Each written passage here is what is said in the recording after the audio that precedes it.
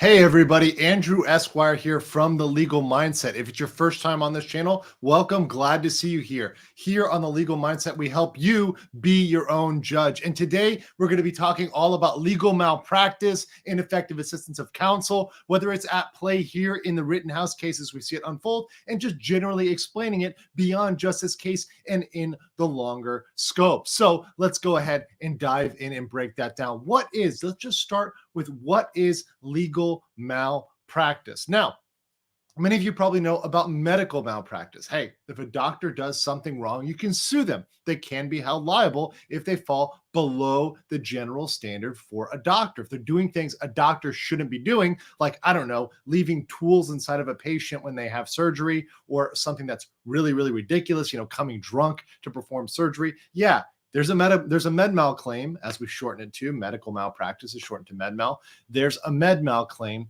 that's waiting. And I have lots of friends back in Florida that do those for very egregious cases, for cases that are really, really, really bad.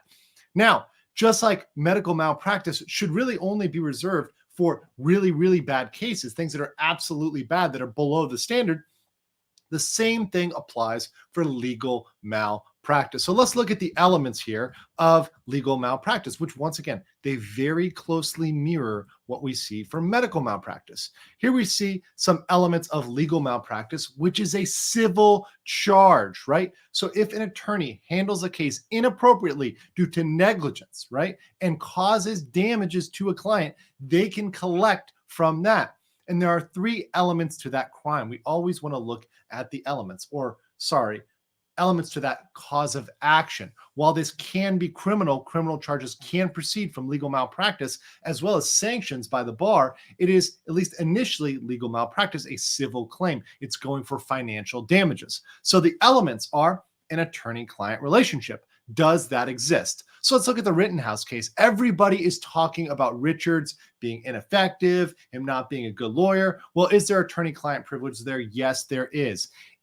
Could that be the first element of legal malpractice? Yes, there's an attorney-client relationship in that situation between Rittenhouse and Richards. Going to the second, though, did the attorney breach their duty to provide skillful and competent representation? That is the hardest one. And we'll get to that in 1 second. So we've got another one we need to talk about. Number 3, will the actions cause financial harm? Well, if you're locked up and thrown away for, 10, 20, 30, 40, 50, 60 years like Kyle could be, yeah, there's going to be some financial harm. So we've got 2 potential elements that are met, but those are very easy to meet. In fact, those would be met by almost any attorney-client relationship. Every client that I've ever had a relationship with has those causes of action against me as well. It's been an attorney-client relationship. That's the nature of any relationship between an attorney and those they're trying to help. You have to have an attorney-client relationship, which is why we always say every lawyer on any legal channel that's worth its salt will say hashtag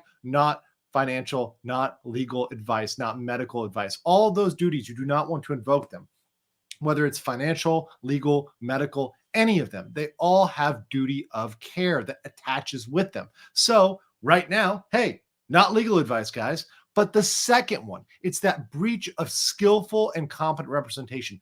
That's where it's going to be really hard in the Rittenhouse case with Richards to show that there was any malpractice, especially now that we see, hey, they are doing something. Maybe they're not objecting every single time, but they're doing something, and maybe they have a larger strategy, and that's where the claim falls through. And let's turn over here to the actual Wisconsin case law, which is from the Wisconsin bar, and how the Wisconsin bar and the case law in Wisconsin, where the Rittenhouse case is happening, how that actually talks about malpractice.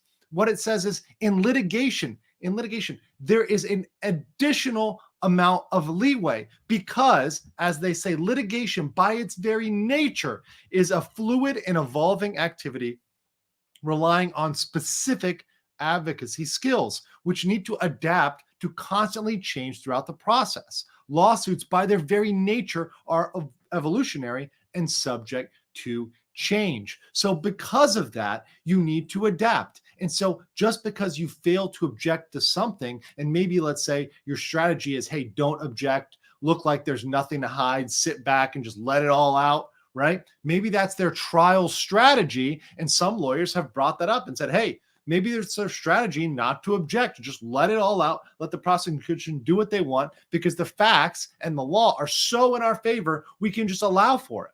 We can take this nothing to hide strategy and it'll actually work because the facts are so in our favor. Maybe that's our strategy. And that's where the Wisconsin bar goes next. They talk about strategy, tactics, and client concurrence. And they say a decision to do something or not to do something may be consistent with a reasonable strategy for pursuit of litigation objective.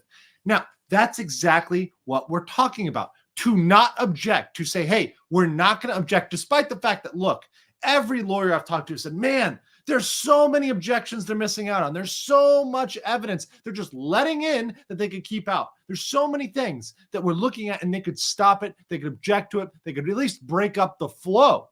And their failure to do that must be malpractice, right? Well, and look, the first day, even I was feeling a little black-pilled on it, right? Even I was saying, man, this is edging on malpractice. But when you look at it, that could be part of the strategy. When you see more of the trial, you go, you know what? Even as a lawyer, we go, you know what? Maybe that was the strategy. Maybe the strategy the whole time has been, let's minimize objections. Let's look like we have nothing to hide, right? And that all we're trying to do is have the law served and have the facts shown and show that Kyle is innocent. Maybe that's the strategy. Now, because of that, it is extremely difficult to determine whether a breach of standard of care occurs. Once again, this is the thing here. The Wisconsin bar is telling you that it's difficult to prove that, right? And it requires that it substantially deviate from the norm. You've got to have something that is a gross failure. Let's say you had a strategy and you just didn't follow it. Well, that would be something here, but it's not that extreme. And we're not there at the Rittenhouse case as it's happened so far. We haven't seen it reach that level. In fact, it seems like they may actually have a strategy. Now, we can argue whether or not it's the best strategy. Maybe it's not a great strategy. Hey, maybe it's a simplistic strategy. Maybe it's not the strategy that I would have chosen or another attorney would have chosen. But it's a strategy, right? If they had a strategy and they were executing consistent with that strategy, not malpractice. Now, some people have said, what about appeal? What about ineffective assistance of counsel? That's something that they can bring up on appeal and say, hey, my counsel, they were incompetent. They failed to object. Can we get off on that? Can we get some claims dropped because counsel was incompetent? Well, it is possible. It is something that happens. However, it is unlikely to happen in this case, not only because the same standard applies, the same standard of, hey, did this deviate so much from the norm that it's not to be expected, right? Is this something that is so far out of there that it's just insane and every lawyer thinks it's crazy? Well, so far, we haven't seen that. Now, we're only 5 days into the trial, right? When I'm recording this video, it is 5 days in. So mind you guys, if you're watching this on the second week of trial, things may have changed. But on the 5th day of trial, we are not seeing the insanity and the wild deviation from the norm. We're seeing some weird stuff. We're seeing, hey, I'm getting angry. A lot of people get angry when the lawyers don't object, when they just let stuff in that is not good, that is no bueno. But it doesn't reach that standard yet. Not yet. Now, ineffective assistance of counsel has another problem. Wisconsin state law. They've already ruled that, hey, if there's multiple counts, and in the Kyle Rittenhouse case, there's multiple counts, even if they did let in evidence, and even if it was shown that the failure to object actually prejudiced Kyle, it actually caused Kyle to suffer damage. Well, even in that case, they probably wouldn't be able to get Kyle off because Wisconsin case law says even if they let evidence in, it would only be what specifically that evidence impacts, right? And this is from the Scholler case. And jumping over to the Scholler case itself, we find an affirmation that failure to object to an exhibit sent to the jury during deliberations, it constituted ineffective assistance only in respect to one of the 6 counts in which they're convicted.